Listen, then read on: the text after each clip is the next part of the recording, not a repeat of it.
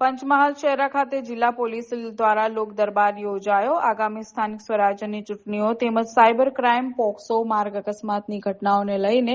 લોકોને લોક દરબારમાં જાણકારી આપવામાં આવી હતી. સ્થાનિક સ્વરાજ્યની ચૂંટણીઓમાં નાની નાની બાબતોને લઈને સુલેહ શાંતિનો ભંગ ન થાય, વૈમનસ્ય ન ફેલાય તે અંગેની તકેદારી રાખવા માટે અપીલ કરવામાં આવી હતી. લગ્ન તેમજ શુભ પ્રસંગોએ ગ્રામ્ય વિસ્તારમાં ઉપયોગમાં લેવામાં આવતા ડીજેના અવાજ નક્કી કરાયેલ અવાજ મર્યાદા કરતા વધારે ન રાખવા તેમજ શક્ય હોય તો ડીજેના ઉપયોગ ન કરવા જણાવ્યું હતું. આજરોજ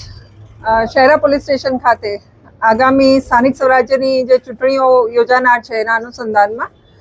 નગરજનો સાથે પોલીસ અધિક્ષક સાહેબ શ્રી હરેશ દુધાત સાહેબ દ્વારા આ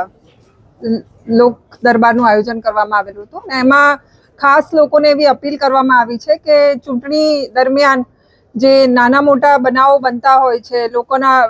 બહુ જ નાના પ્રશ્નો હોય છે અને એના વૈમનસ્યના કારણે ચૂંટણી સમયે બનાવોને થોડું મોટું સ્વરૂપ આપવામાં આવતું હોય છે. તો લોકોને અપીલ કરવામાં આવી છે કે આવા નાના નાના પ્રશ્નોમાં સમજી વિચારીને સમાધાન કરે, એનો નિકાલ ઇઝીલી થઈ જાય અને મોટું સ્વરૂપ ના આપવામાં આવે અને હળી મળીને બધા, કારણ કે આસપાસના જ સભ્યો બધા ઊભા રહેવાના હોય છે મતદાન જે ચૂંટણીમાં છે, એટલે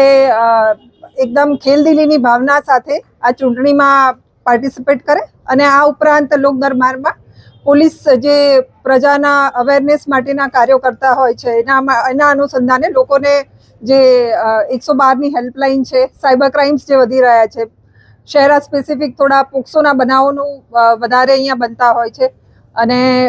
આ તમામ વિષયોને આવરીને તથા જે ટ્રાફિકમાં અને એમાં પણ ફેટલ જે રોડ એક્સિડન્ટમાં મૃત્યુનો દર વધારે છે, તો એ બાબતે શું કાળજી લઈ શકાય, હેલ્મેટનો ઉપયોગ, આ તમામ વિષયોને આવરીને એક લોકસંવાદનું આયોજન કરવામાં આવેલું હતું. ડીજે માટે ખાસ એવું કહેવામાં આવ્યું કે સુપ્રીમ કોર્ટની સ્ટ્રિક્ટ ગાઈડલાઇન્સ છે અને ડીજેમાં જે પ્રિસ્ક્રાઇબ વોલ્યુમ લેવલ છે 80-85 ડેસિબલ, એના કરતાં 10 ગણા વોલ્યુમ પર ઘણીવાર ડીજે વાગતા હોય છે. એના કારણે